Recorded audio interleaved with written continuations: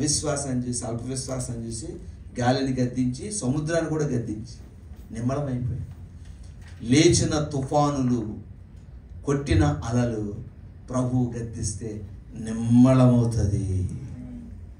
కాబట్టి మనం ఏం చేయాలంటే, ఇక్కడ అరణ్యములో వేయు కేక, ఇక్కడ అల్ప విశ్వాసి కేక. నీ విశ్వాసం ఎలా ఉంది పరిశీలన చేసుకో. చాలామంది ఉపవాస కూడటం కాబట్టి చెప్పడం తప్పదు, కానీ చాలామంది కంఫర్టబుల్గా ఉండిపోతూ ఉంటారు. ప్రభు కొరకు నీకు ఏ తపన ఉంది?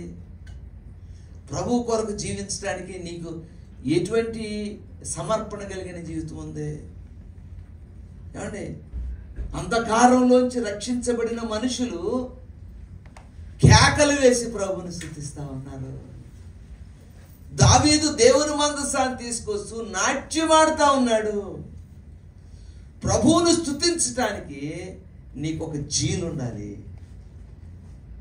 దేన్నైనా చేయాలనే తపన నీకు ఉండాలి. ఒక గంట సేపు ఆత్మల రక్షణ కొరకు ప్రార్థన చేయాలి అని కేకలు వేసి అనుభవం నీకు ఉండాలి. ఏదో 10 రూపాయలు కానికేసి నేను ఏదో పని చేసేసాను అనుకోకూడదు. ప్రభువు పని చేయటానికి నువ్వు ఆలోచన కలిగి ఉండాలి.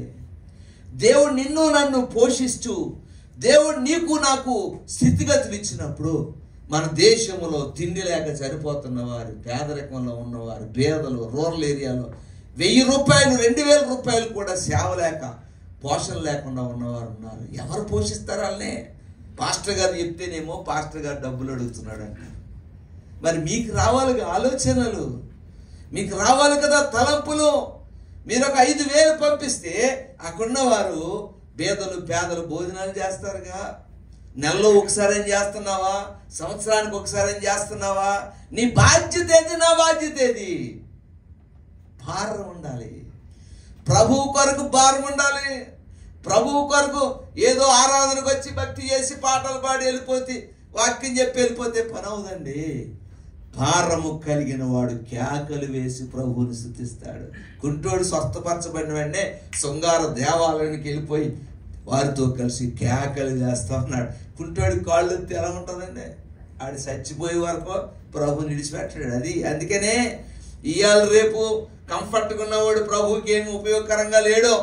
అందుకనే కష్టాల్లో, శ్రమలలో, ఇబ్బందుల్లో ఉన్నవాడు ప్రభు సాయం చేస్తుంటే నేను ప్రభు కొరకు ఏదైనా చెయ్యాలని వాళ్ళు ముందుకు వెళ్ళిపోతా ఉన్నారు. కేకలు వేసి అనుభవం ప్రభు దగ్గర, ప్రభువా నశించిపోతా ఉన్నారు. కేకలు వేయాలి. యేసు ప్రభు వారి సిలువలో ఏలీ ఏలీ లామా సబక్తాని 27:45 వచ్చిన ఉంటుంది. మత్తే ఏలీ ఏలీ లామా సబక్తాని అని బిగ్గరగా కేకలు వేసాను. అంతేనా? చదవమా. యేసు ఏలీ ఏలీ లామా సబక్తాని బిగ్గరగా కేకేసి ఏం వేశాడండి? కేక వేశాడు. బిగ్గరగా కేక వేశాడు. ఏళ్ళు అనుకుంటున్నారు ఏలి అని పిలుస్తున్నాడు అనుకుంటున్నారు. యేసు ప్రభు వారు కేక వేసి పిలుస్తూ ఉన్నాడు. ఈ రాత్రి నీ హృదయంలో ఎటువంటి భారం ఉంది? విడిచిపెట్టండి, పక్క వాళ్ళ గురించి మనకు అనవసరం. నీ మట్టుకు నీవు, నా మట్టుకు నేను ఏం చేయాలి? కొంతమందికి ఏమంటారు దాన్ని, ప్రోయాక్టివ్నెస్ ఏమంటారు. కొంతమందికి మన సాధారణంగానే మన ఆంధ్ర ప్రజలకి ఏంటంటే, ఆంధ్ర తెలంగాణ ఎవరైనా గంటలో స్టార్టింగ్ ప్రాబ్లం ఉంటుంది. ఏంటంటే స్టార్టింగ్ పెద్ద సేవకులు దేన్ని పట్టించుకోరు, మొహమాట ఉండదు కాబట్టి వాళ్ళేమో చాలా బలంగా ఉన్నారు. చెప్పడానికి మొహమాట పడుతూ ఉంటాం కాబట్టి మనం ఏం చేయలేకపోతా ఉన్నాం. మీరు ఎవరికేం అవసరం లేదండి. మీ జీవితాల్లో దేవుడు మిమ్మల్ని ఆశీర్వదించిన కొలది నేను ప్రభువు కొరకు ఏవైనా చేయాలని తపన ఉన్నాను. నా చిన్నప్పుడు రోజులు ఎప్పుడూ జ్ఞాపకం చేసుకుంటూ ఉంటాను. నేను మా అమ్మ, ఎంతమంది పిల్లలు, మేము 7 అనమాట. మాతో పాటు ఎంతమంది వస్తూ ఉండేవారు సేవకులు మాకు తెలియదు. ఆనాటి సేవకులు మా ఇళ్లలో పాదాలు పెట్టినందు చేత మేము ఆశీర్వదించబడ్డాం. ఆనాటి సేవకులను మా తల్లి గౌరవించిన విధానం ఈనాడు అది మాకు ఆశీర్వాదకరంగా మలచబడింది. నేర్చుకోవాలి. మీకు చేత కాకపోతే నేర్చుకోవాలి. మాలాంటి వాళ్ళని అడగండి, చెప్తాం. ఆదివారం ఆరాధనలు అలాగే చెప్పలేము. ఉపవాస కొడుకు ఎప్పుడు వచ్చింది మీరే కాబట్టి మీరన్నా నేర్చుకోండి, ఆలోచన కలిగి ఉండండి. ప్రభు కొరకు ఏమైనా చేయాలి, ప్రభు నామం పేరు ఏదైనా చేయాలి. ఒక కేక వేసి అంటే బర్డింగ్ ఉండాలి, నీలో ఒక బర్డింగ్ ఉండాలి. తర్వాత ఇంకొక మాట కూడా చూద్దాము. మత్తయి సువార్త 15వ అధ్యాయము 21వ వచనం నుంచి ఒక అన్యురాలి కేకేస్తుంది. ఇక్కడ ఏం కేకేస్తుంది చూడండి. యేసు అక్కడ నుండి బయలుదేరి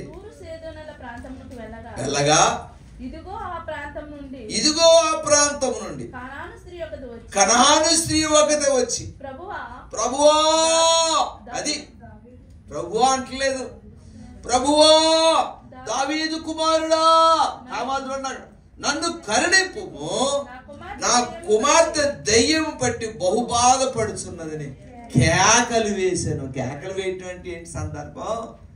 నా బ్రతుకు సరిగా లేదు, నా జీవితం సరిగా లేదు, కష్టాలతో శ్రమలతో ఉన్నాను, నన్ను పట్టించుకునేవాడు ఎవడు లేడు. ప్రభువా, హాస్పిటల్లో తిరిగాను, అక్కడ తిరిగాను, ఇక్కడ తిరిగాను, అన్నీ చేశాను, నా కుమార్తె దెయ్యం పట్టి బాగుపరిచినవాడు.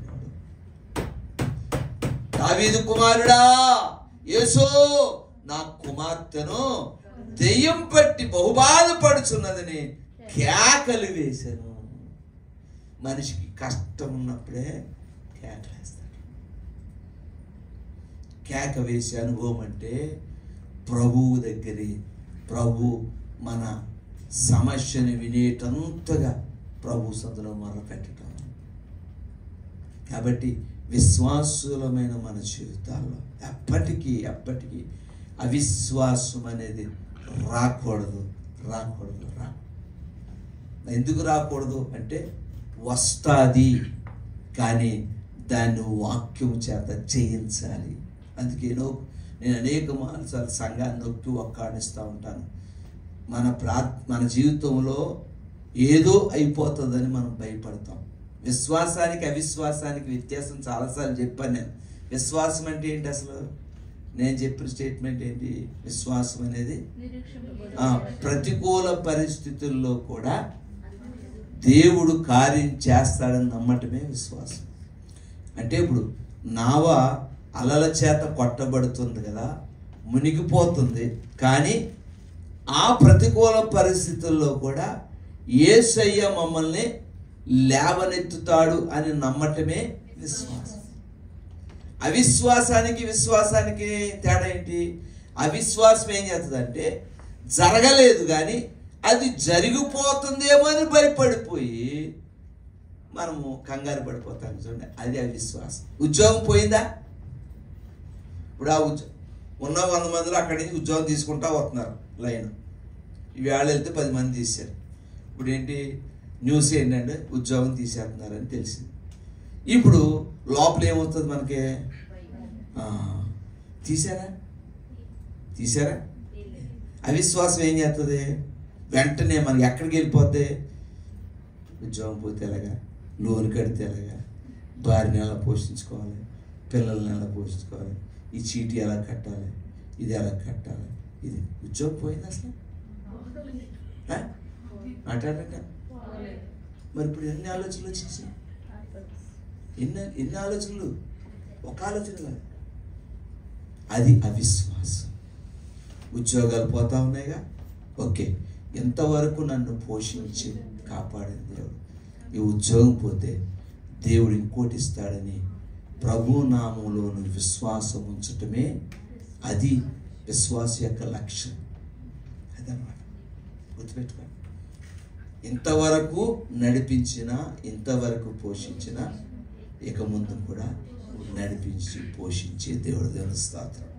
విశ్వాసానికి అవిశ్వాసానికి చాలా వ్యత్యాసం ఉంది, గుర్తుపెట్టుకోండి. విశ్వాస జీవితంలో నీ విశ్వాస యొక్క లక్షణాలు ఉండాల్సిన నీ జీవితంలో నీ ఆలోచనల మీద, నీ తలంపుల మీద దుష్టుడు దాడి చేస్తాడు. కాబట్టి విశ్వాస వీరులుగా ఉండాలి. హేబేలు గురించి పత్రికలు ఏమి రాయబడింది? హేబేల్ అంట ఏమిచ్చాడంటే దేవునికి అర్పణ అంగీకరించే విధంగా తనకున్న వాటిలో శ్రేష్టమైనది అర్పణను ఇచ్చాడు. అంటే అక్కడ దేవుడు అర్పణను అంగీకరించాడంటే అతని హృదయము, అతని ఇచ్చే విధానము, అతని యొక్క అణుకువ, అతని సమర్పణ ప్రభు అంగీకరించాడు. ఇది కయ్యూనికి ద్వేషం వచ్చింది. అర్పణిచ్చే హేబేలు ఉంటే కయ్యూను లాంటి శత్రువైన అన్న కూడా ఉంటాడు. అర్థమవుతుంది?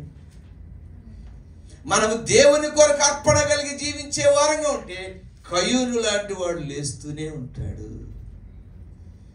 ప్రభువు కొరకు పరిశుద్ధత కలిగే యోసేపు ఉంటే యోసేపుని తమ్ముడిని చంపే అన్నలు లేస్తూనే ఉంటారు.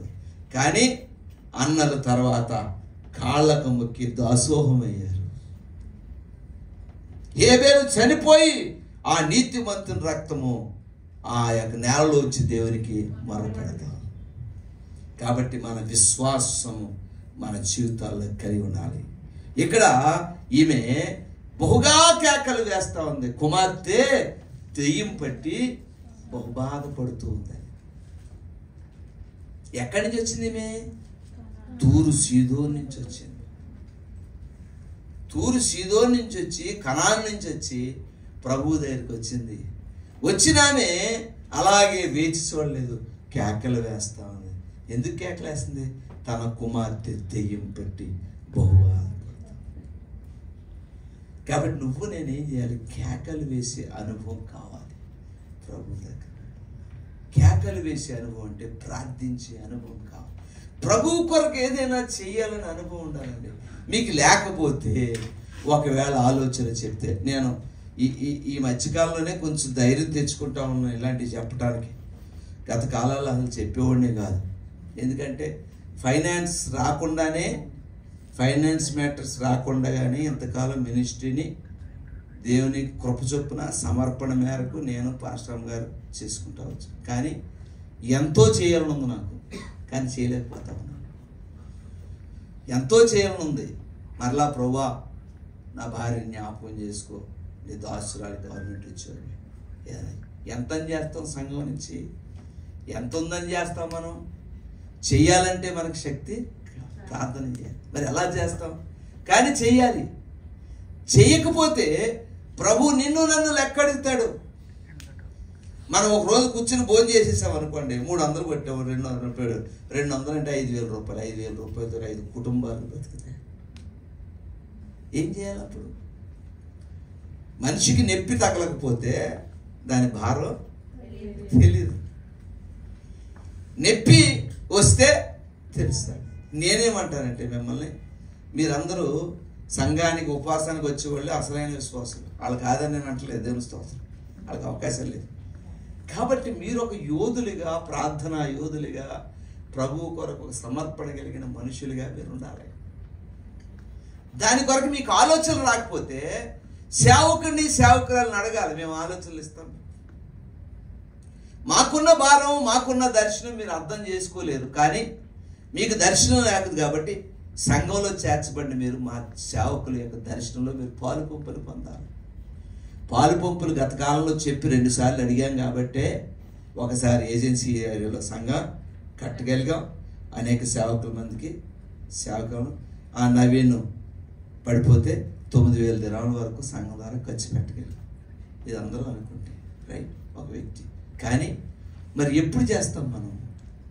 ఏదో ఒకటి చేయాలంటే మనం బాధపడిపోతున్న వారు అక్కడ ఉన్నారు, బాధలు పడి కేకలేస్తూ ఉన్నవారు అక్కడ ఉన్నారు. ఇక్కడ మనం ఉన్నాం.